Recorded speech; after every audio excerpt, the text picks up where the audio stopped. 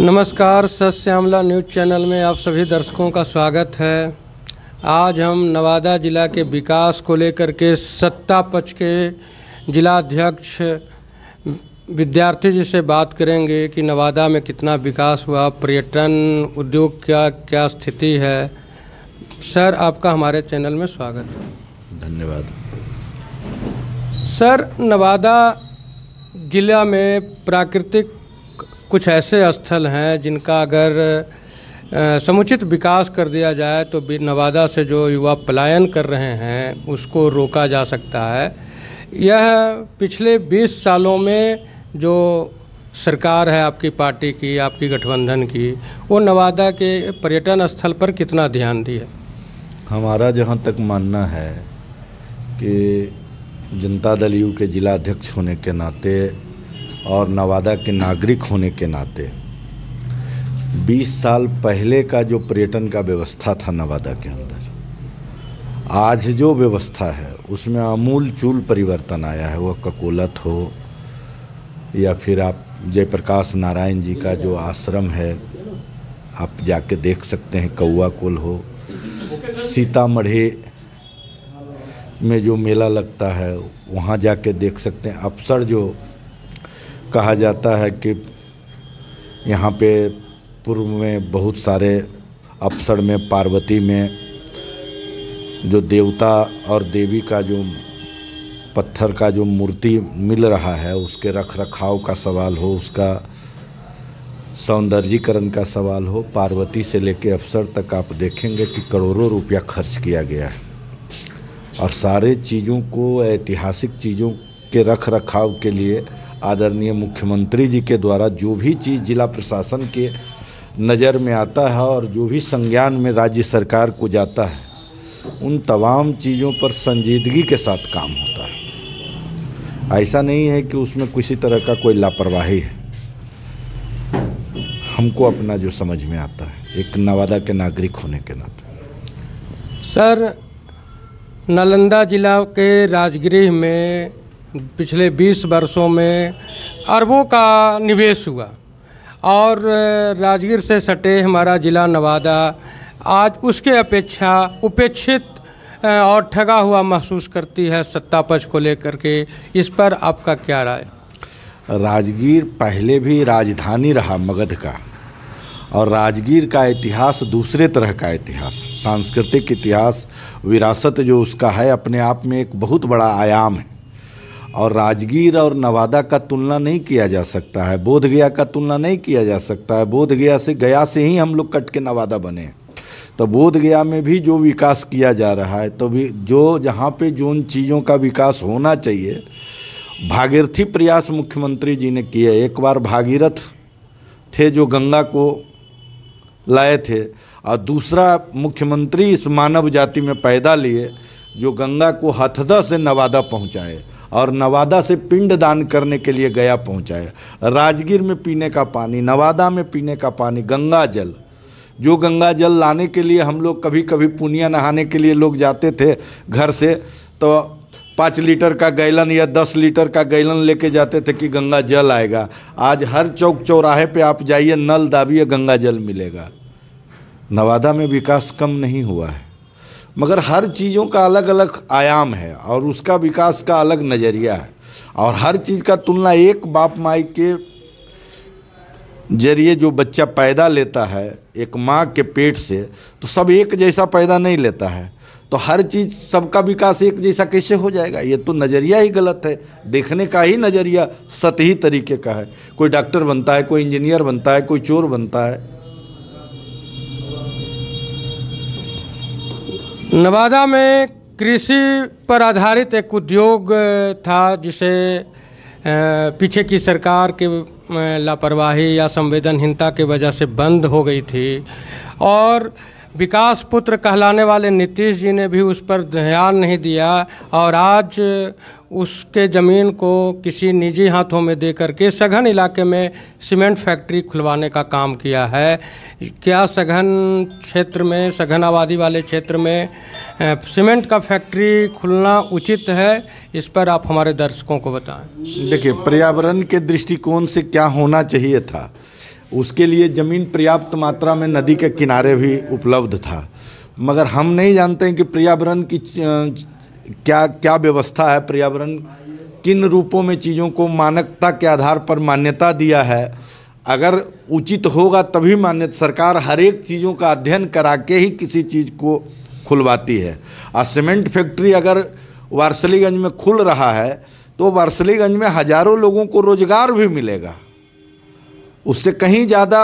और पर्यावरण का जहाँ तक सवाल है, प्रदूषण का जहाँ तक सवाल है, तो उसकी भी रख रखाव और उसका भी व्यवस्था के बारे में सरकार सोची होगी। और लगने से पहले हर चीज़ों का अध्ययन किया जाता है, ऐसा ही कोई चीज़ नहीं कहीं पर लगा दिया जाता है। सरकार पूरी मुस्तैदी से उन चीज़ों का अध्ययन किया होगा, तभी ये काम वहाँ पे हो रहा है। अभी आपने कहा कि सीमेंट फैक्ट्री से हज़ारों लोगों को रोजगार मिलेगा। अगर वह कृषि आधारित भी उद्योग होता तो वहाँ हज़ारों लोगों को, खास करके किसानों को आर्थिक नकदी आर्थिक होता लाभ मिलता। इस पर कृषि आधारित उद्योग लगाने के बजाय उन्होंने सीमेंट उद्योग लगवाया, इस पर आप क्या कहेंगे? अब जो जिस समय का जो परिस्थिति डिमांड करता है, आज के 100 साल पहले की परिस्थितियाँ क्या थी, आज की परिस्थितियाँ क्या है, वो यथार्थ में चीज़ें नहीं चलता है। ऐसा होता तो ऐसा होता है, ऐसा होता तो ऐसा, ऐसे नहीं चलता है। ज़िंदगी चलता है डिमांड से, और आज के डेट में क्या डिमांड था उसके हिसाब से चीज़ों को किया गया। नवादा से हज़ारों लोग हज़ारों युवा पलायन कर रहे हैं, दिल्ली मुंबई जैसे शहरों में जा कर के गाली सुनने के लिए विवश हैं। 2 जून की रोटी मिलने के लिए उन्हें अपने माँ बाप को, परिवार को छोड़ कर के वहाँ जाना पड़ता है। 20 साल में आपकी पार्टी की सरकार या आपकी गठबंधन की सरकार रोजगार के लिए, युवाओं के रोजगार के लिए, शिक्षा के लिए क्या व्यवस्था की, वो आप हमारे दर्शकों को देखिए। बिहार का एक अपना आयाम है। बिहार के संदर्भ में अगर आप पत्रकार बंधु महोदय जानते हैं और पूरे इतिहास को, मानव जाति को जानते हैं, तो बिहार के लोग दुनिया के विभिन्न देशों में मिलेंगे आपको। आज ने कहा जा रहा है कि रोजगार नहीं है या पलायन है या फलना है, इसके कारण पलायन लोग कर रहे हैं। बिहार के लोग नवनिर्माण में विश्वास करते हैं, और विभिन्न राज्य और दुनिया के अंदर, फिजी में देखिए, मॉरिशस में देखिए, तो आपको उसमें 50% बिहारी मिलेगा। इस तरह के छोटे छोटे जो मुल्क हैं, तो ऐसा थोड़े है कि वो चले गए थे यहाँ से, यहाँ पे कोई व्यवस्था नहीं। लोग जाते हैं तो कहीं ना कहीं जाके निर्माण, मुंबई में ही जो लोग बिहार के रह रहे थे, तो मुंबई के निर्माण में बिहार का योगदान है। और आज के डेट में रोजगार के लिए लोग नहीं जा रहे हैं। हम तो आपको कह रहे हैं कि पूरे देश के अंदर जितनी राज्य सरकारें हैं और दुनिया के अंदर, हमारी सरकार जब 2020 में बनने जा रही थी तो 7 निश्चय के तहत कहा था कि 10 लाख लोगों को रोजगार, नौकरी देंगे और 10 लाख लोगों को रोजगार के अवसर देंगे।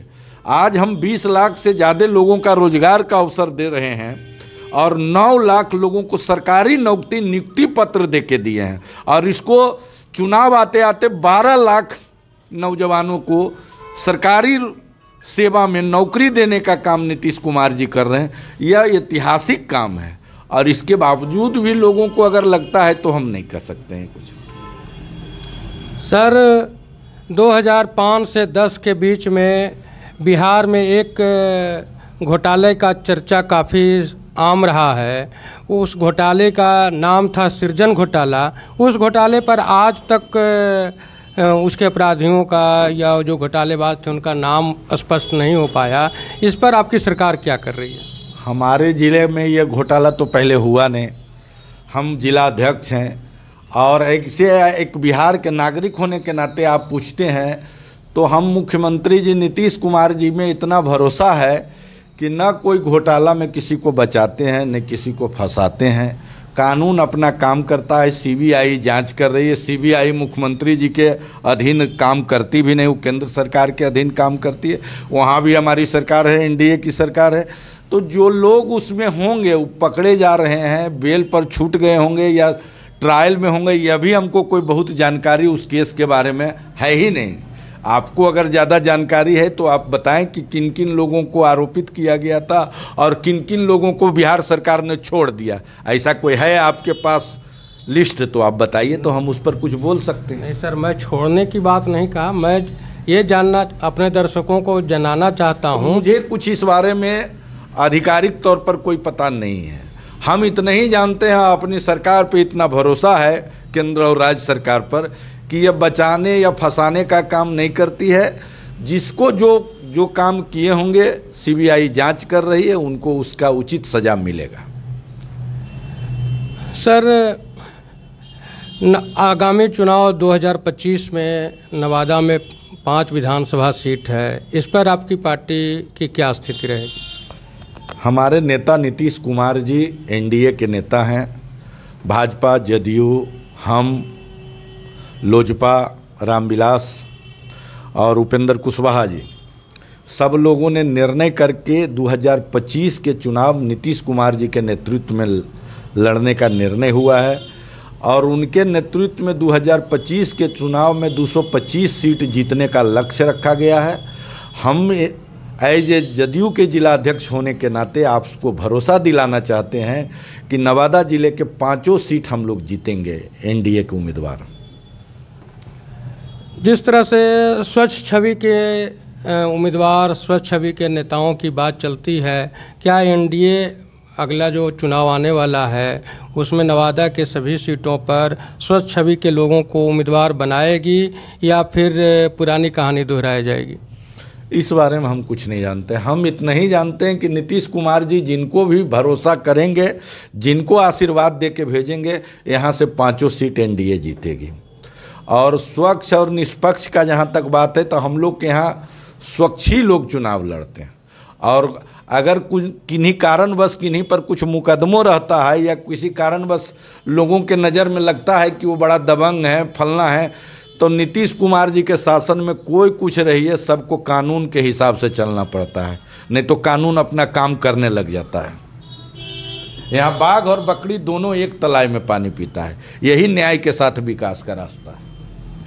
अभी आप जदयू कार्यालय में नवादा जिला के जदयू अध्यक्ष को सुन रहे थे। सर, आपका हमारे दर्शकों के लिए जो अपना कीमती समय निकाला, इसके लिए धन्यवाद। बहुत बहुत धन्यवाद आपका भी, जो आपने हमारा इंटरव्यू किया।